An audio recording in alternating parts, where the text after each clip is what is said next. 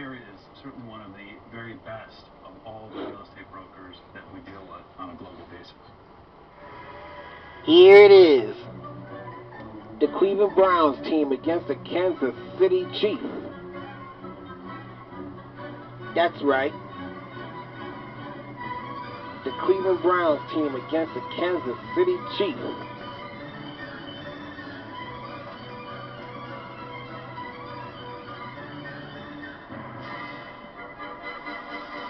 Go Cleveland. Browns with the ball down 1 in the 4th. We had Andrew Berry earlier. Not to be outdone, Paul DePodesta, Browns Chief Strategy Officer. It's good to see you for our yearly visit. How you doing, man? I'm doing well. It's good to be here. All right, so let's start off by talking a little bit about the third quarterback. You know, when DTR was the number 3 guy last week, we're thinking, okay, well, you got to keep 3 on the 53. What is the thought process that goes on moving forward now that he has moved up to the backup role?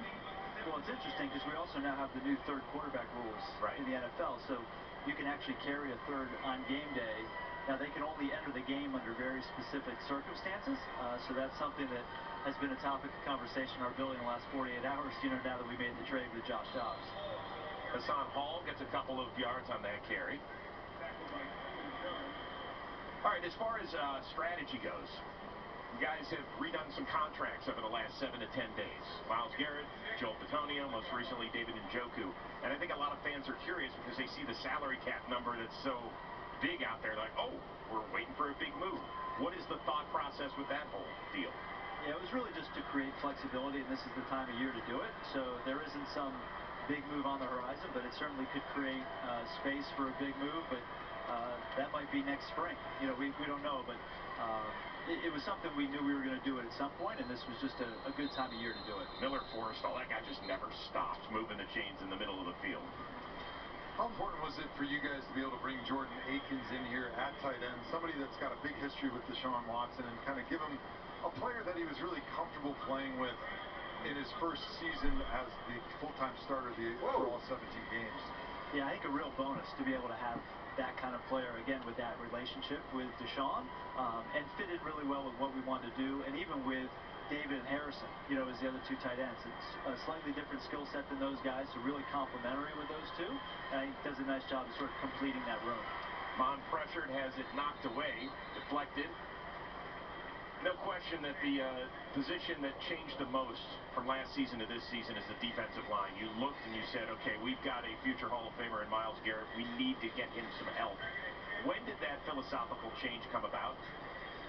You know, we had been in discussions the last couple years about different things to do around the D-line. Now, you know, we obviously, 2 years ago, we signed Jadeveon Clowney, you know, brought him to run opposite Myles. So that was always in our mind, was having sort of a running partner for Myles on the opposite side.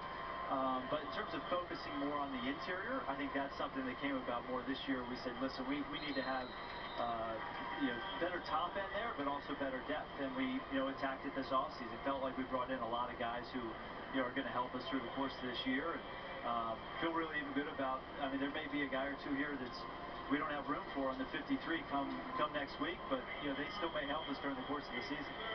The receiver room is much more crowded this year than last year. Obviously, you bring in Elijah Moore, so you got a lot more talent at the top end, but you've got some tough decisions on the back end. And I think the first one that I'm wondering is, how do you determine how many guys that you keep in that room, especially now we don't really know what's going to happen with Jakeem Grant, but making that decision, do you keep 6 or do you keep 7? What are the factors that kind of go into making that call? Yeah, you make a great point just bringing up Jakeem. I mean, this is something that literally can change every day. You know, we had a conception of what the roster was going to look like 24 hours ago, and that's probably changed as of right now. If you know, if we have lost Jakeem for the year. And it could change again tomorrow. You know, as we were going through the roster discussions this last week and trying to come up with at least what we thought would be our final 53, one of the things we have to continue to remind ourselves is this isn't a 1-week thing. This is a 20-week thing. It's going to evolve over the course of the year, and it's going to change. So this 53 that we put out next week, it's going to be for Cincinnati. It could very well change again for Pittsburgh, you know, the next week. And things happen, spots open, and because of that, you may take from another position to add to one. Browns pick up a first down thanks to a Chiefs penalty. I'm curious about where you go from here on out. I mean, do you and Andrew, well, that wasn't good. Do you and Andrew now have immediate discussions once the game is over? What is the process between now and cut-down day on Tuesday? You know, it's been a long process. I mean, going back even a handful of weeks, and it's something that the entire organization is involved in. So it's all of our pro scouting staff, all of our coaches, everybody in personnel, and we meet periodically. I'd say every 5 to 7 days. We go through different scenarios, talk about where we think it's trending, and we get to a point where I think everybody's pretty comfortable. We were there as of last Thursday. We'll meet again, obviously, now that things are more final after this game, and we have health figured out for everybody, and then we'll make some of the final decisions. But it's not something like we just suddenly do it this week. Right. It's something that we've been doing all along. DeJuan Jones was a draft pick this season that I think the perception was that he was going to bring him in and he was a developmental guy, might not play this much this season. How has that perception in the building changed after watching him throughout the preseason and training camp? Well, he's been awfully impressive. I mean, especially in pass pro. Obviously a huge man, but also really good feet. Just has a knack for it. I think each week he's gotten better in the run game. I think we're really excited about how he's developed. Throw the ball. You knew Joe was going to ask an offensive line question.